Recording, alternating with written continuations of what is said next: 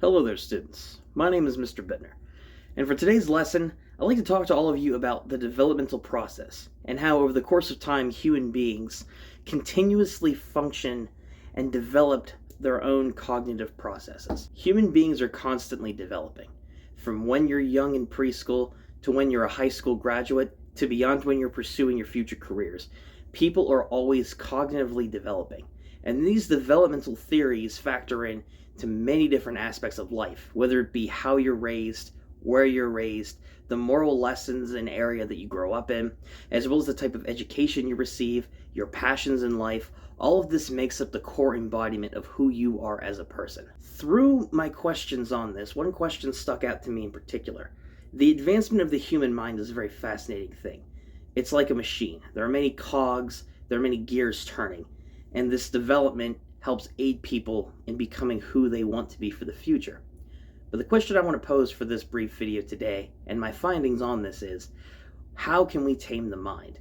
How can we, from when people are young, what strategies can we implement in order to help ensure the success of students in the future and help develop people to be at their fullest creative potential?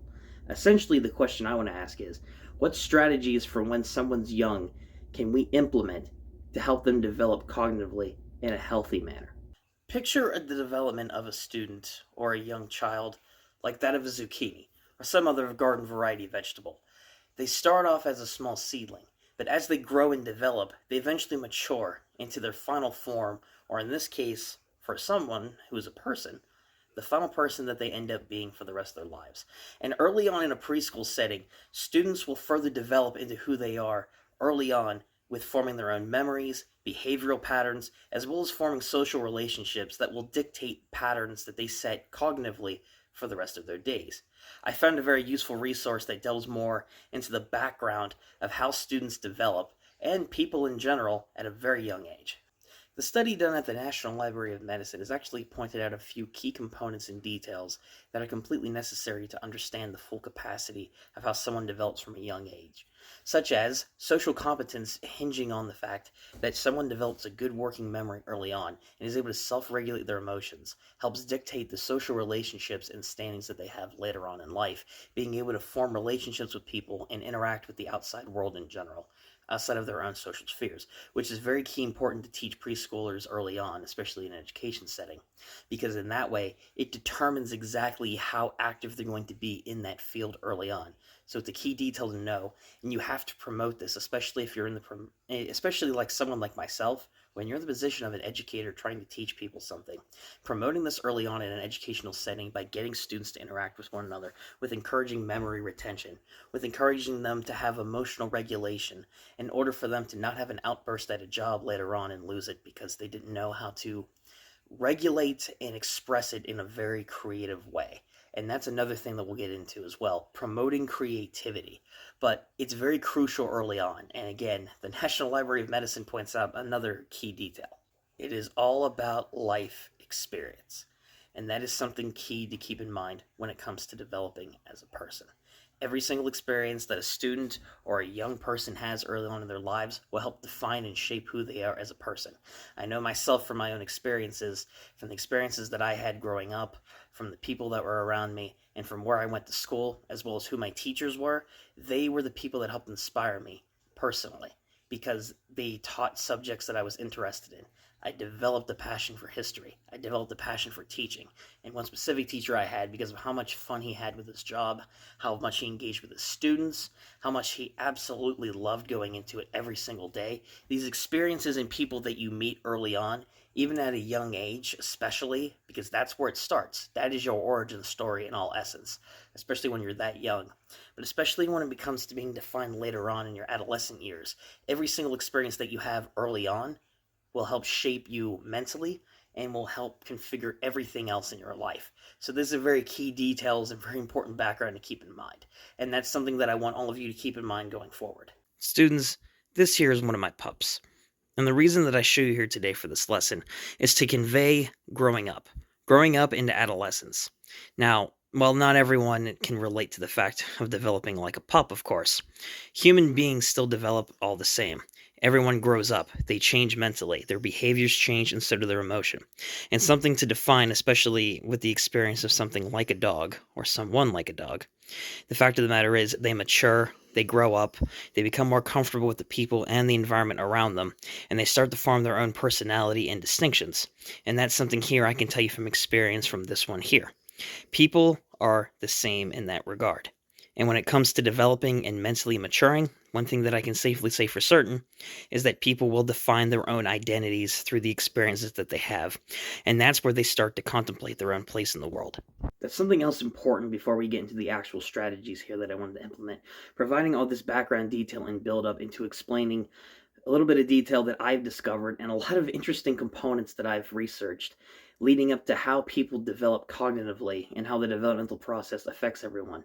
Because when it comes to being an adolescent, from what I described earlier about how people start to develop when they're younger, the fact of the matter is, young adults, such as myself, and a lot of you guys watching this video out there, not all of us knew what we wanted to do with our lives early on.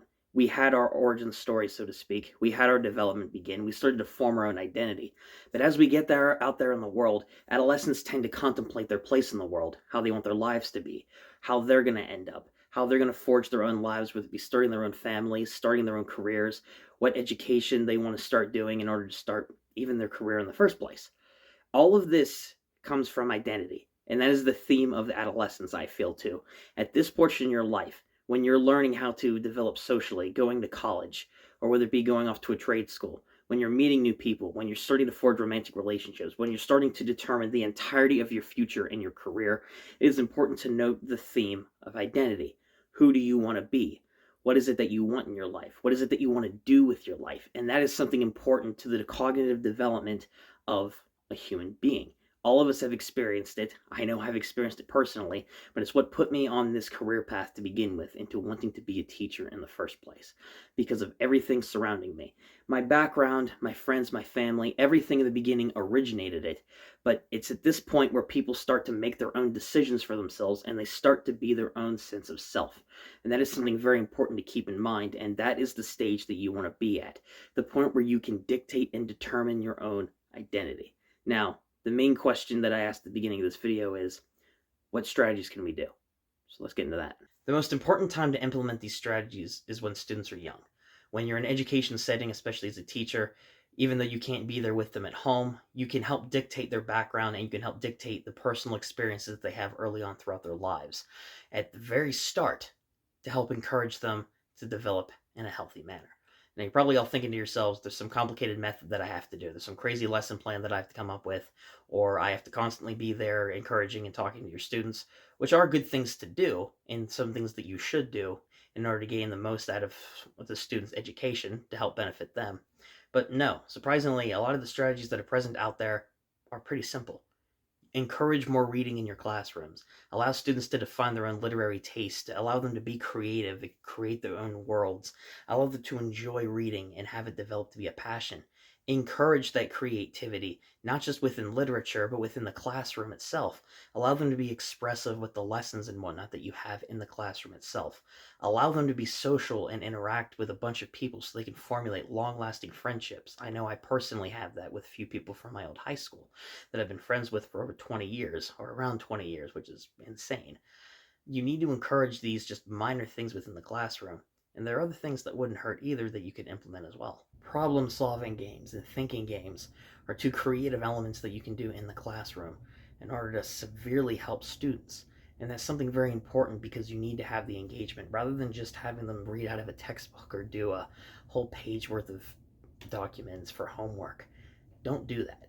Allow creativity. Allow them to have the fun and engagement in the classroom. And I understand. There is a place for documentation. I've done it myself as well when it comes to homework assignments. They do have their place. But I think a thing that gets misconstrued amongst teachers is the fact that homework is the way. That reading out of a textbook all the time is the way. That students will retain information that they'll grow and develop in education. In reality, that's not true. You need to have a combination of the two. And allowing that creative freedom and expression, that is the ultimate lesson that I've discovered. The early strategies early on to help aid students or young kids in cognitive development at an early age, outside of the strategies and background information that I've supplied in this video, just be there for them.